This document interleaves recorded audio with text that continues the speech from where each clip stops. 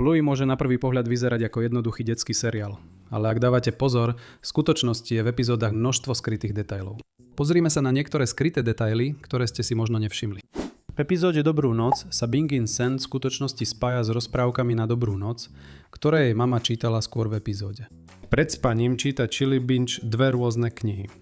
Jedna je o slnečnej sústave a druhá o zvieratách, ktoré sa liahnú z vajíčok. Keď Bingo zaspí, jej sen sa stane kombináciou oboch príbehov. V sne sa Bingo vyliahne zo zeme, presne ako kuriatko z vajíčka. Neskôr sa jej hračka Floppy vyliahne z mesiaca rovnakým spôsobom. Zároveň Bingo cestuje vesmírom a objavuje planéty, čo súvisí s knihou, ktorú jej predtým čítala Chili. Je to malý detail, ale ukazuje, ako Bingoina predstavivosť spája príbehy, ktoré počula pred zaspaním. Ako vieme, Jean-Luc hovorí po francúzsky. V epizóde Kempovanie si Bluey a Jean-Luc nerozumejú jazyku toho druhého.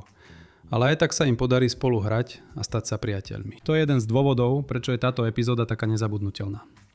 Ale tu je zaujímavý detail. Ak si pozriete túto epizódu vo francúzskej verzii seriálu, jazyky sú v skutočnosti obrátené. Bluey hovorí po francúzsky, zatiaľ čo Jean-Luc hovorí po anglicky. Potrebujeme niečo na jedenie. Mohli by sme zasadiť, možno uvidíme ako. Je to šikovný spôsob, ako zachovať myšlienku dvoch detí hovoriacich rôznymi jazykmi. A je tu ešte jeden malý detail o Jean-Lucovi. V epizóde Bingo, keď je Bingo v herni, môžete si na stene všimnúť kresbu Bluey a Jean-Luca. Je to malý detail v pozadí, ktorý ukazuje, ako veľmi si Bluey cenila priateľstvo, ktoré si vytvorila počas kempovania. Teraz, tento ďalší detail je naozaj vtipný. V epizóde Spálňa, na začiatku epizódy, je na konci chodby na stene prilepený fialový, lepkavý gekón. Ale ak sa pozorne pozeráte, počas celej epizódy sa s ním deje niečo zaujímavé. Keď si dievčatá rozdeľujú svoje plyšové zvieratka, gekón sa po prvýkrát začína odlepovať od steny. Potom, keď Chili pristihne Bingo, ako tlačí malú knižnicu, je gekón ešte nižší ako predtým. A na konci epizódy, keď odchádzajú z Blueinej novej izby, gekón úplne spadol zo steny a pristal na rastline na konci chodby. Je to malý detail v pozadí, ktorý sa počas celej epizódy pomaly mení. Ako už vieme, tvorcovia seriálu radi prepájajú viaceré epizódy medzi sebou. A v epizóde Armáda, keď sa Rusty a Jack hrajú na vojakov, sa zároveň odohráva ďalšia epizóda, ktorú ste si pravdepodobne nevšimli. Presne keď Jacka predstavia Calypso, ak sa pozrieme na pozadie, môžeme vidieť Bluey a Chloe, ako hrajú tú istú hru, ktorú hrali v epizóde Dobrodružstvo. Takže možno sa obe tieto epizódy odohrali v rovnakom časovom rámci. V mini epizóde Popri je malý detail, ktorý si pravdepodobne nikto nevšimol. Keď Honey a Bluey raňajkujú, obe si vezmú cereálie. Ale ak sa pozrieme na Blueinu škatuľu od cereálií, tá najviac vyniká. Ak ste z Ameriky, možno viete, že tieto cereálie skutočne existujú aj v reálnom živote. Volajú sa Fruit Loops a zdá sa, že Bluey tieto cereálie naozaj miluje. Ale Bandit nechce, aby ich jedla. Neobviňujeme ho, pretože tieto cereálie obsahujú veľa cukru. Ako vieme, predtým než Cornelius stretol teriérovú mamu, chodil na rande s viacerými dievčatami. A jednou z tých dievčat bola tá, ktorú sme prvýkrát videli v epizóde Tichá hra. Ale zaujímavé na nej je, že od tejto epizódy sme ju už 3-krát videli. V 3 rôznych epizódach. Prvá je epizóda Tanečný mód. Tu bola v spoločnosti ďalšieho psa s okuliarmi na slnko. A v epizóde Sľuby, počas scény na ihrisku, keď sa Bluey a Bingo chystajú hrať, stojí na ulici a rozpráva sa s tým chlapíkom, ktorý predáva lacnejšie plány na elektrinu. Pamätáš si ho? To je tá istá postava, ktorá zvoní na zvonček rodiny Hillerovcov v epizóde Ovčiarsky pes.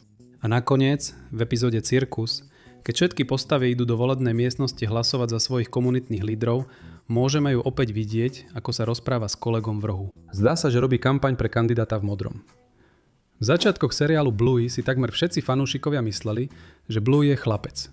Ale neskôr sme zistili, že je to v skutočnosti dievča. Ale vedeli ste, že existuje naozaj jednoduchý spôsob, ako rozlíšiť mužské a ženské postavy v seriáli Bluey. Prvým spôsobom je, že takmer všetky mužské postavy, až na niektoré výnimky, majú o niečo širšie telá ako ženské postavy. Napríklad, pozrime sa na Chili a Bandita. Môžeme si všimnúť, že Bandit má oveľa širšie telo v porovnaní s Chili. Ďalším spôsobom, ako môžeme rozlíšiť chlapcov od dievčat, je spôsob, akým postavy sedia. Napríklad, ženské postavy v seriáli vždy sedia s nohami bližšie pri sebe. Zatiaľ čo psi samci vždy sedia s nohami mierne od seba. A keď sa dievčatá hrajú hry, v ktorých predstierajú, že sú psi samci, sedia rovnakým spôsobom ako mužská postava. Keď sa Bingo prezlečie za muža s fúzmi, sedí úplne inak, než sme u nej zvyknutí, čo naznačuje, že napodobňuje muža. To je zaujímavý detail však. V epizóde Televízny obchod vidíme Corneliusa, ako vyzdvihuje Wintona zo školy. A na zadnom skle Corneliusovho auta si všimneme akýsi obrázok. Ale nie je jasné, čo to je. Ale neskôr v epizóde opäť vidíme jeho auto zaparkované pri lekárni a obrázok môžeme vidieť lepšie. A na obrázku si môžeme všimnúť, že je tam dieťa, dospelý muž a tam, kde by mala byť ďalšia postava, to vyzerá, ako by sa ju niekto pokúsil vymazať. Tento detail v podstate naznačuje, že Wintonovi rodičia boli rozvedení.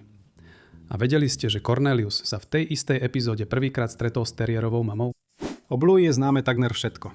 Dokonca aj ich záhradní trpazlíci majú vlastných fanúšikov. A medzi týmito trpazlíkmi je Jeremy. Pravdepodobne najobľúbenejší medzi fanúšikmi.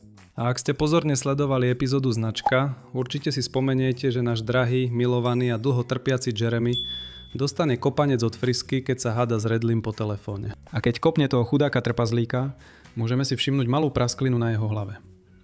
Ale vedeli ste, že tá prasklina nevznikla Friskyným kopancom, ale pochádza z jednej z predchádzajúcich epizód? Áno, je to tak. Napriek Friskynmu agresívnemu správaniu voči chudákovi záhradnému trpaslíkovi si môžeme všimnúť, že ešte predtým, ako sa to stalo, bol už zlomený. Tu je ten detail. Toto je priamy odkaz na epizódu Turisti s batohmi. V nej sa Bluey a Bingo hrajú, zatiaľ čo sa držia bandita. Ale zatiaľ čo to robia, vidíme, ako chudák Jeremy padá na zem a jeden z jeho kúskov jednoducho odletí. Čo dokazuje, že jeho keramický klobúk sa v tej chvíli určite zlomí. Takže Chili ho musela neskôr zlepiť späť dokopy. Ale aj po oprave ste stále mohli vidieť praskliny. Teraz sa poďme porozprávať o niektorých skrytých detailoch v epizóde Prekvapenie. V epizóde, keď dospelá Bluey navštívi Chili a bandita, si môžeme všimnúť veľa fotorámikov v dome. A v jednom z rámikov môžeme vidieť Bingo. A ak sa pozriete na pozadie fotografie, môžete vidieť Veľkonočný ostrov. Ak neviete, Veľkonočný ostrov je jednou z najobľúbenejších destinácií pre ľudí, ktorí sa zaujímajú o archeológiu. A keďže vieme, že v Bluey má všetko svoj význam, toto môže veľmi dobre znamenať, že Bingo išla v banditových stopách a stala sa archeologičkou, rovnako ako on. A v druhom fotorámiku môžeme na obrázku vidieť celú rodinu Hillerovcov. A zdá sa, že táto fotografia bola urobená počas Blueynej promócie, pretože na fotke vidíme Bluey, ako drží svoj diplom a má na sebe promočný klobúk. Vedeli ste, že Bluey je odborníčka na pletenie? V epizóde Curry Quest sme si všimli malý detail. V tejto epizóde vidíme Bluey a Chili, ako sedia spolu. Obe spolu niečo pletú. A v tej istej epizóde môžeme vidieť bandita, ako cestuje preč z domu. A zrejme je preč 6 týždňov. Neskôr, v epizóde môžeme vidieť bandita na videohovore s Chili a dievčatami. Počas hovoru mu Bluey ukazuje, čo vyrába spolu so svojou mamou. Ale zaujímavé je, že keď sa bandit vráti zo svojej cesty, Hillerové dievčatá idú na letisko, aby ho vyzdvihli. Všimli ste si, že Bluey má na sebe šál presne v tých istých farbách, ako bol ten, ktorý vyrábala so svojou mamou? To znamená, že postavy pokračujú vo svojom živote, aj keď ich nevidíme na obrazovke. A musíme tiež povedať, že Bluey je veľmi dobrá v pletení. V epizóde Dedo sme sa dozvedeli trochu viac o detstve Chili. V skutočnosti sa hrávala práve na tomto mieste, keď bola ešte šteniatko. Keď Chili a jej dcéry začnú preteky, aby chytili detka na jednom zo stromov, môžeme vidieť, že na jednom z nich je napísané Chilino meno. Preto si myslíme, že Chili bola tiež dosť nezbedná, keď bola vo veku Bluey a Bingo. A samozrejme, rozhodla sa označiť svoje územie. V tomto bode väčšina z nás vie o detailoch poznávacej značky auta Hillerovcov, kde 419 znamená odtieň modrej a HLR znamená Healer. Takže v podstate Blue Healer. Ale vedeli ste, že existujú aj ďalšie poznávacie značky s ešte zaujímavejšími číslami? Napríklad poznávacia značka Mami Terriera v podstate hlaskuje Terrier. Ale najvtipnejšia poznávacia značka patrí Bell. Ak sa pozrieme na jej poznávaciu značku, číta sa ako Too Many Kids, čo v podstate naznačuje jej 9 detí. Takže toto boli niektoré zo skrytých detailov, ktoré ste si pravdepodobne nevšimli. A ako vždy, uvidíme sa všetci v ďalšom videu.